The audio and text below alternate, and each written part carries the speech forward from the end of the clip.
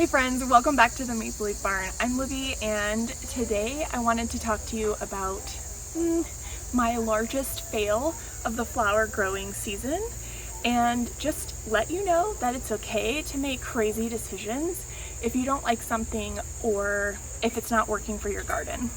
And yes, we did take the month of July off from doing any kind of videoing, lots of moving parts, and I know it's halfway through August, but we just have a lot of family things happening. I am definitely feeling very pregnant, and so it's been tough to keep up with the garden with a toddler and being 20 plus weeks pregnant. So anyways, we just appreciate your time hanging out with us and waiting for another video, but we're back and we're excited to share about our garden and what's happening in our life.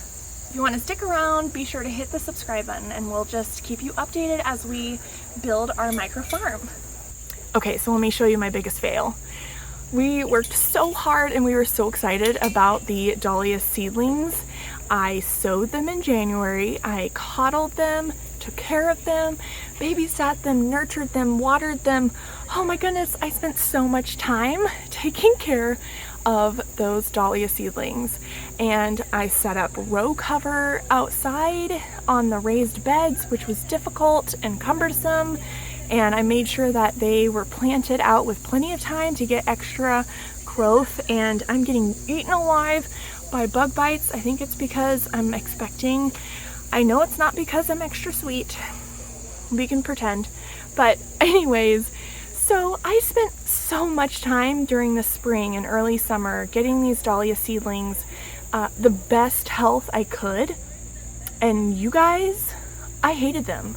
When they started to bloom, I thought they were absolutely disgusting. And I, one day, 15 plus weeks pregnant, decided to jump in this section and tear them all up.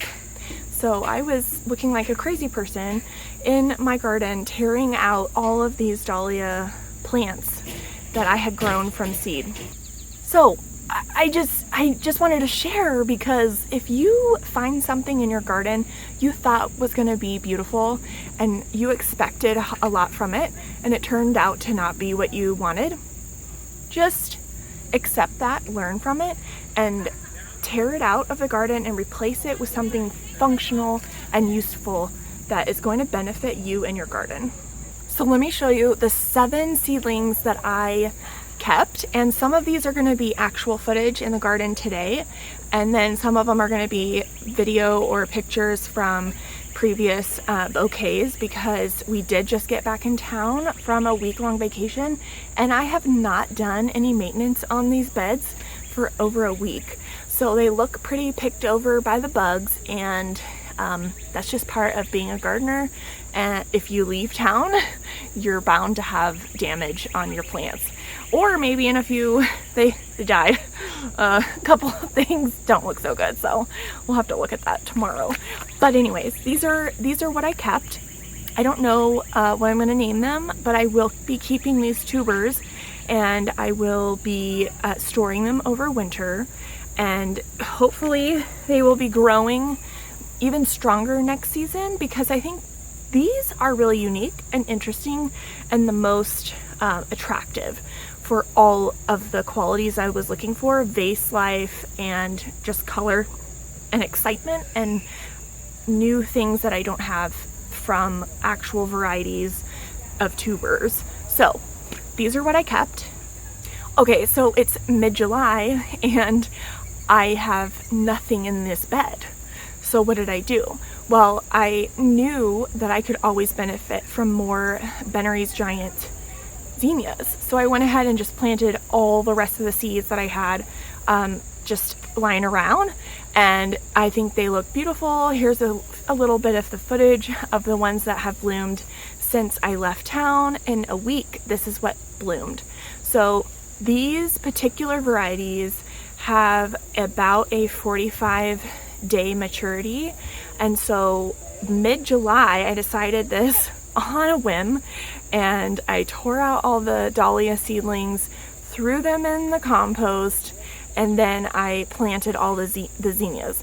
So now I have beautiful zinnias for bouquets that I can crank out, and they're a high production, high value product that I can put in bouquets. So out with the bad and in with the good, I guess, is what I decided to do. If something isn't working, just go ahead and tear it out and make something new if you have time. I mean, there's a lot of things that I didn't have time for. For an example, I wanted to do some more snapdragons, but I hadn't thought of that yet.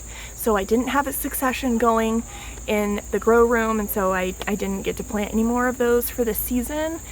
But zinnias are always such a great choice because they're beautiful, they're huge, and they're high producers. So I popped those in and they're already exploding, and this is all green back behind me. And so I thought I would just share, because like sometimes you see stuff on Instagram and you think, oh, this is perfect, and they never have any issues. No, that's false. If you are growing, you have to earn that right as you know, a grower. You can't just expect perfection. So if you are a grower, you already know that. And if you're new to growing, just give it another whirl. Sometimes it just doesn't work out the way you expect it to do. Okay, thanks guys. I will see you next time, and be sure to hit the subscribe button and follow along with us.